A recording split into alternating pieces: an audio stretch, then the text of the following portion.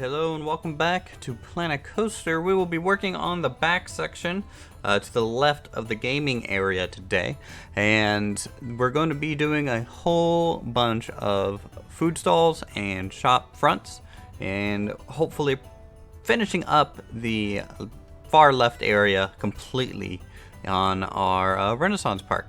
So the first building that we're going to be working on is a blacksmith. We haven't built one of these yet for this one, and obviously there needs to be some working elements and areas in the park still, and this is going to provide us with the first piece. So it does take me a little while to try and figure out what I might do for, say, the forge and foundry area, as the parts and things that we have currently don't really lend itself to what I'm trying to do very easily. So here, trying to maybe make some type of coal pit, but this structure itself was just way too large and it just wasn't really making any sense. So we end up scrapping this version and then trying to work more on the building itself for a little bit. And it's going to be a two-part building, a kind of thatch covered workshop area and a normal shop side. So this just provides some height variation, and then it also provides some different color variation as well. Now, working on the wood paneling over the thatch, I think it's a good way to help frame the whole roofing area and try and get something working for us. The chimney, of course, is going to be over where the forge is, providing some type of exhaust area so fumes and things can escape easily and safely out of the blacksmith working area. Though it is an open air garage, really having a dedicated chimney might not be really necessary for this case, but I think it just looks nice and quaint anyways. The forge itself is going to be using some of those windows pieces to provide us a little bit of an overhang area, and we can stack some round elements here to kind of give us a top for ventilation's sake. So it's almost more reminiscent of like a kiln body. But the side here decided to go ahead and make some bellows, because bellows obviously are a very important little feature for a foundry forge area. It provides a lot of oxygen and keeps the temperatures very high on the fire and the coals. So the sword handles are actually very useful in this element. You can have a person to the left managing the heat. One person can probably do that and manage it by themselves, as long as they can get it going. And just occasionally a good puff of air while you are directly working on it yourself. But it would be better suited for a two-person job.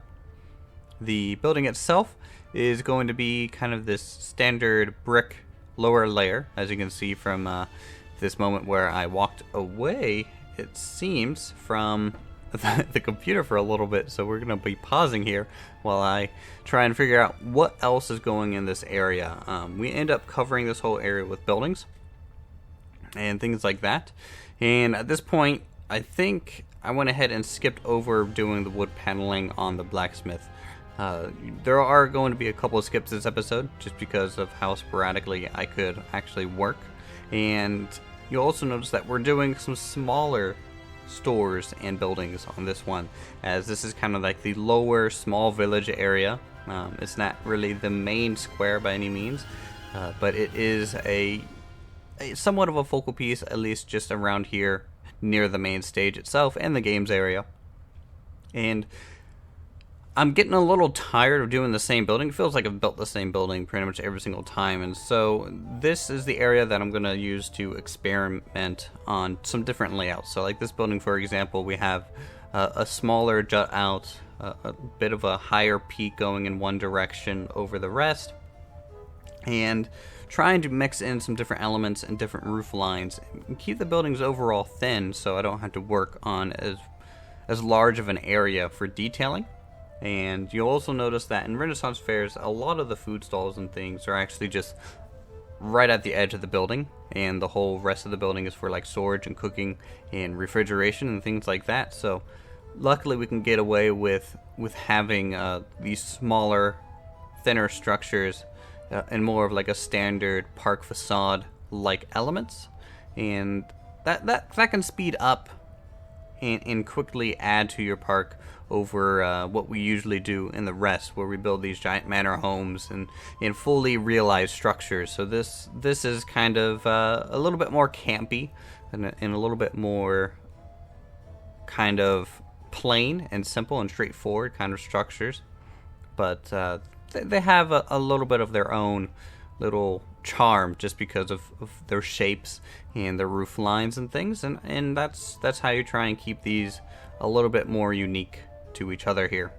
And running boards, I've gotten so used to running these boards that it's pretty much second nature at this point. This next building is going to be a little bit different as well. We're going to have a curved side and then also a boxy side on it, and it's hard to get me excited to build boxy kind of buildings. I don't find them interesting. In fact, I find them very hard to make them look good. So this is kind of my attempt at making it work here. And it's really this amalgamation of different structures. We even add like a little upper area there with its own little overhang, and it changes the roof line just enough to make it a little bit more interesting. The main thing going in this building itself is the restroom of the area, or at least one of them, and the door is actually on the side of the building rather than the front. Now, I could have just rotated this around and put the door directly in the front there, or the door right on the side of the building, but I felt like having it go through this archway was more important. Initially, just letting the path go through there for ease of access and trying to block it off with benches and trash cans, but I ended up letting that play out and watched how the people interacted with it. I didn't like how that was going, so ended up scrapping that idea and just moving the building in general. So this is just a plain, pretty standard building in terms of elements. We do have some overhanging kind of windowsills across the main area there, and you can mix in some stonework above that using some of the sideways arrow slits and some of the balcony elements, as long as you color them like a stone. And at this point, I believe we're just going to sink in some of the wooden elements, give that a nice overhang, so there's a nice shadow line going across those upper windows, followed by another little skip here. So the other building's complete at this stage, and now we are working on another set of food and drink stalls. So there's just plenty of food and drink in this area, so that the people walking around can actually stop throughout the park, because I've been noticing our peeps have been getting thirsty and having to use the restroom and etc. in this area, as there's just not enough facilities as to compared to the upper area to keep them interested. So this is a nice small rest area around one of the main rides of the park. Nice thing is that we were able to kind of copy this element and just move it around the building. It's very much like you're wrapping the building itself when you go about this building method. So you're creating a pattern on just the overall first two stories, and then you're just copying that pattern all the way around, and then going back in, changing some elements, trying to make them fit a little bit together more, break up the surfaces, and that's how you can get some nice, interesting variety in your structures. In fact, this one even has a weird jut out to the side to create an overhang area, and the overhang area will even have some planters and some elements on it, so when the peeps are going in into the back restroom hidden away there, they're kind of walking underneath some little purple plants and things like that. So at this point, decided to use some of the stone and elements just to thicken up that side of the base, and found the little arches fit using and conjoining those with the wooden supports made for an interesting effect. So decided to go with that. At this point, gonna add a little bit of a balcony area. Those windowsills on the right, those are more for planters, and we'll add planters kind of off camera to those just to make them look a little bit more green. But this one would actually be a proper balcony where someone might step out onto and advertise or give a little speech, disappear back into a building. There's always something going on in these fairs, and always some little show, always some type of little gathering, and that's what makes them interesting. And I hope to make some videos of the Texas Renaissance Fair when I go here next weekend, and hopefully you guys get to see something that looks similar to this. I think my park might be a little bit higher quality in terms of what they actually look like, just because of monetary reasons. This park looks very fancy and everything looks very high end, but in reality, the budgets just aren't there to make something this extravagant, you could say. Really tired of using these purple roofs, so we'll end up changing the color to something we haven't used before. We'll probably change it to a light yellow, and you guys will get to see how that looks at the end. We'll move to the final building. The final building being just another restroom, and we'll inlay the restroom through the walls and just let the path go through a doorway. It's how I can get around leaving archways in areas where I don't think the building should have an archway or an open doorway. Also, the wooden elements on this one are a little bit different. I got a little tired of using the broad side of the plank, and I haven't used the thin side for any of these. I don't know why I haven't thought of it to use like a thinner board element there, but I do like the little details that adds, and the contrast between the thicker and thinner elements can add a nice little layer of depth and a little bit of a shadow and darker shadow lines than just the normal board elements that we've been doing this whole time. The boards along the edge here and the little bit of overhang on the roof is a little weird, but I think that kind of grew on me as we moved along the build process on this structure here. And the foundation is a little bit different as well. We're using those stone kind of curved elements to broaden up the bottoms of the windows, and then going in with some decorative archways to kind of fill in the foundation lines on that. And the tower itself, we have like a middle section that's kind of bulkier than the rest, and that's going to provide a nice break between the lower half and the upper half. And the upper half might look like it's supporting the roof a little bit better, and it just adds a bunch of little layers onto it. So each corner section is made up of 3 columns, and each of those are a little bit higher or closer to the wall, and provides some extra depth to areas that might normally not receive it. Was going to add a little window up here, but I felt like that was going to overcomplicate the roof, and plus it just didn't look right on the other side. So you get rid of that, you go in, add some more boards. These sides don't necessarily need to have windows, considering there's no one going to be back here. That's all like woods and backstage elements, so you can kind of get away with not going with the full detail on the sides and the backs of structures. And then this is the final structure that we built on camera a little bit. This is going to be a wooden watchtower. And wooden watchtowers, you know, I've been building these in my other video series for a while now, and they're always pretty interesting to do. This one, it turned out okay. Trying to get a ladder or staircase like element to go up it was a bit of a challenge, and really there were elements that I would probably redo if I were doing it a second time, but for the first attempt and kind of a learning curve just with Planet Coaster, I think it turned out okay. We're going to add like a center column eventually, but first off we need to build a custom kind of little wooden platform here to use as a quarter grid element, and it's going to have that solid wide base, but the rungs that people are actually stepping on are going to be the side of the planks, and that's going to create kind of a nice lattice effect that people are going to be walking over, and make people, you know, they can look down, they can see throughout the whole structure, and it's a little bit more interesting than just having solid planks of wood that people are walking on.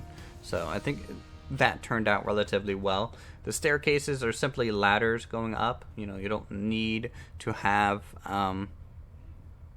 you know, a natural staircase of that angle would just be too steep. So let's go ahead and take a look at everything in real time so you guys can appreciate all the details. Okay, so welcome to the back end of the Renaissance Fair, and this is the small village area. We're going to go ahead and cover some of the stuff that wasn't on the camera at all, and that is covering the green space and filling in a lot of the dead areas around by the stage and in between that and the new back smaller village. So we have some new stalls to talk about. These are just standard box stalls here. They have some nice bunting on it. A nice little top sign there. Some flower elements. This is obviously selling some goods and services itself. This more interesting little picnic area plus a small stall here with some nice, it's almost like a two-tiered awning system that I came up with on that one. It's just, this little gap here I think is pretty interesting. Maybe it allows the air to flow through a little bit better and keeps the person in there a little bit more on the cool side. A little bit of a campground, giving a nice break to the tall tree elements here. And, you know, that's something you want to try and balance out when you're thinking about doing trees and green spaces. Having a wall of green can look nice, but also maybe having a low section of greenery and then back that up behind it with a high section of greenery can create some nice interesting depth, and you can play with elements of depth using trees and things to really push areas back and bring areas forward. We have some additional stalls down here. These are stalls you've all seen before, just brought them back. Figured we needed a little med tent here just for supplying some health care as people get off the forge and probably aren't feeling too hot after spinning around. This is the blacksmith area and the forge here, giving us some nice kind of decorative piece from a distance. You can really see the bellow from afar, which is very, very, very clean looking. I think that turned out really nice, especially when you color that two different colors of wood. We have a hat shop on the rest, just as a souvenir spot. Followed by this new kind of taller building here with a little bit of an overhang on the elements and a small jut out. This is just food and drink, and it provides a good service to and fro, and it's just right bumped up against the edge. Nice little local picnic table. Here is the green building with that yellow roof. It's super bright, but I'm kind of happy it is. It needs to look campy, and it can't look perfect all the time. And the yellow and green, they're very high contrast between each other, so I'm okay with it. It definitely serves its purpose. Bathrooms, of course, underneath all these little planters. You'll find your way to the restroom there. And over this direction, you can see the final building that we worked on here, and this is just another restroom.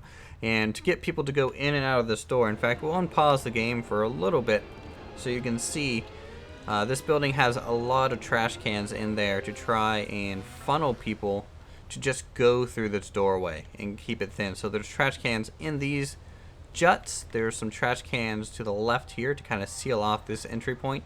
And now people just kind of go in as close as possible to that doorway. And they come in and out relatively at ease. So that looks really nice from afar. And I really like those kind of elements there. Here is our little watchtower. Kind of wish I could get people up here because it would be a nice viewing deck of just this whole area in general and how this turned out. Obviously there's some new greenery elements and some pathway elements around the forge, and that's just another tying in all together of what we already have in the park, and just filling in this whole brown space with some greenery and some height variation and all this little detail for you guys to look at, and hopefully our crowds can enjoy. So I think that's going to do us for this episode of Planet Coaster. Thank you guys so much for watching as always. If you guys enjoy this series, make sure to leave a like, share it with your friends, share it with on the forums, Reddit, whatever. If you think this looks cool, get the word out. Go ahead and subscribe if you're new. Check out my other videos as you can see how all of this magnificent stuff has been built. And next episode, let's see if we can't finish up the rest of the park. So it might be delayed because of that, but I want to get this thing done with so we can start working on some new elements. So until then, I'll see you guys in the next episode.